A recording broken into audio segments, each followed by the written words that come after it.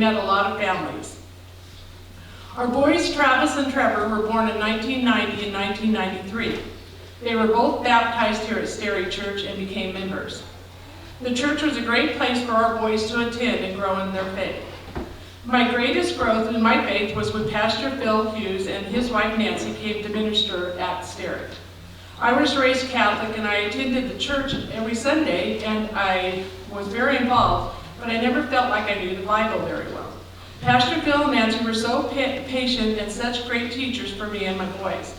Pastor Phil was a great teacher of the Bible to the whole family. I was also blessed to attend a women's Bible study that was taught by Nancy. She was so easy to talk to, even when I didn't feel I knew the Bible very well. She never made me feel uncomfortable to ask questions. And I had some real good questions. She was always patient to explain the Bible verse that we were studying so I could understand it. Our boys and the Hughes girls became very close and our family spent a lot of time together.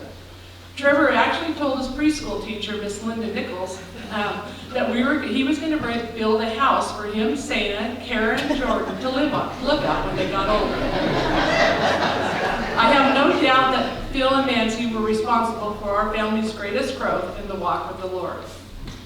We have met many friends and lifetime friendships as part of attending Sterry Church. The Levitts, Goodsons, Sorensons, and Smizers were families we spent a lot of time with. Not to mention our Packer friends, the Sterlings. The Sorenson girls, Monica and Tasha, both babysat for us during the summers, so Thelma and Pat could have the summer off. The Smizer kids and Levitt girls grew up together with our boys, and they are still best of friends to this day. Melinda was always good at talking me into helping her with Sunday school programs, Christmas plays.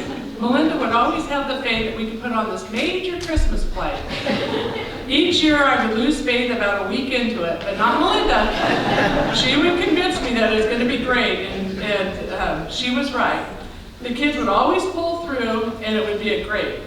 One Christmas, Melinda came up with this great idea that the Smizer family and the Kiser family were going to sing a song together at church. The song selected was The Christmas Shoes. Skip and I were to stand in the back and lip sync since we can't hear each other.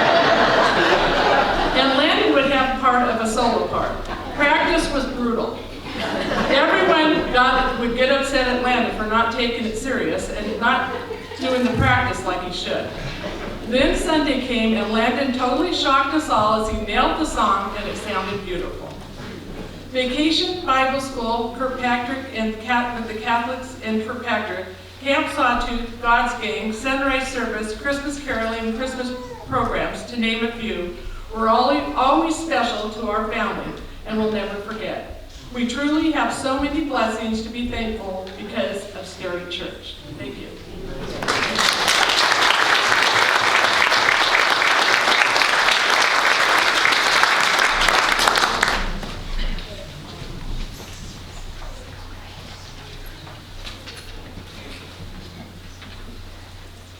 Morning. I'm Monica Ernsberger. I'm the daughter of Larry and Mary Ann Sorenson. My dad nominated me to speak 25 years ago during the 100-year celebration. Thanks, Dad. All kidding aside, I really do wish he could have been here to see this. He would love this so much. Well, I'm like my dad in a lot of ways. I had a lot of stories that came to mind as I was thinking about growing up here at Sterry Church and what it meant to me, how it shaped me as a person. I did attempt to trim it down a little bit, but I am my father's daughter, so sorry, folks.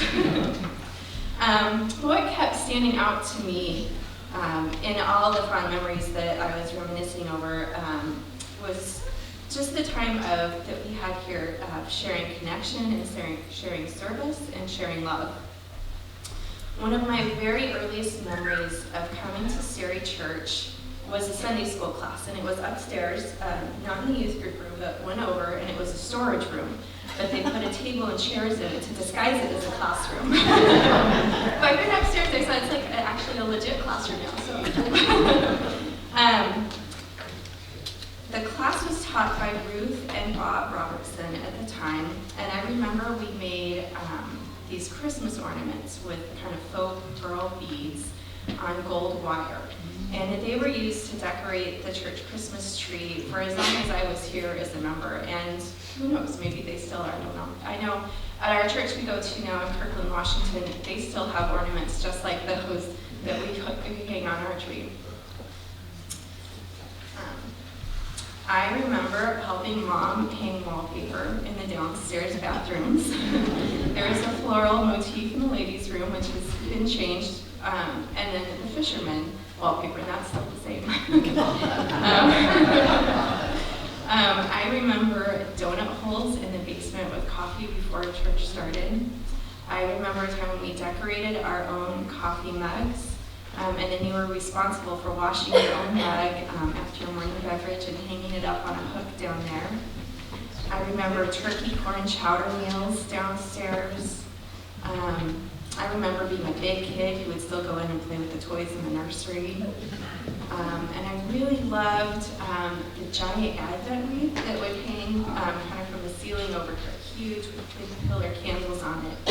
And to this day, with all the churches that we have gone to, I have yet to see anything as impressive as what those Advent wreaths were when I was growing up.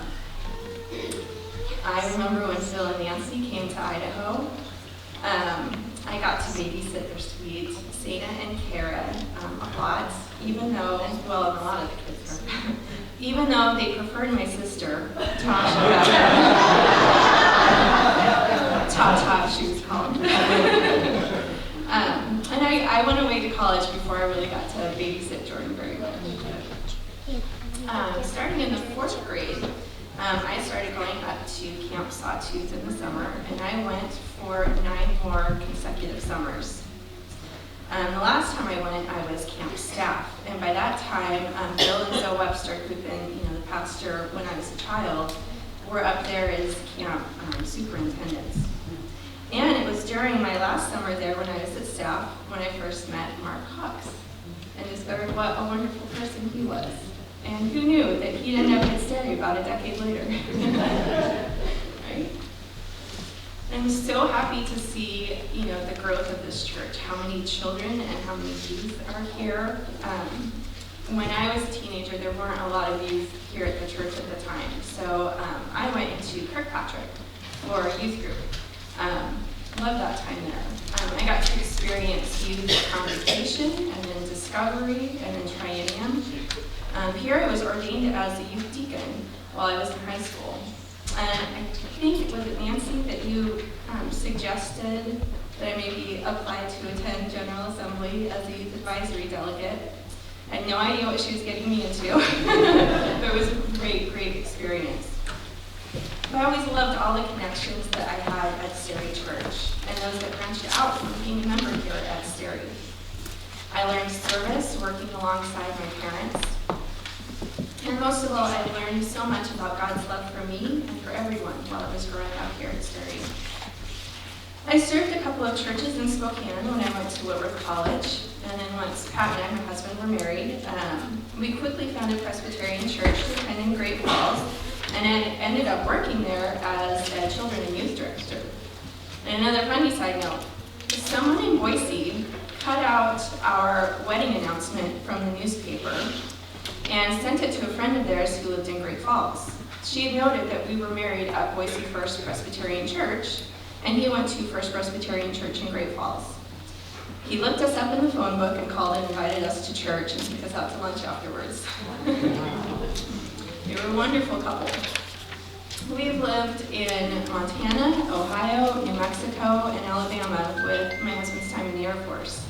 And we found church homes at all of those places and found a way to connect and to show love by serving.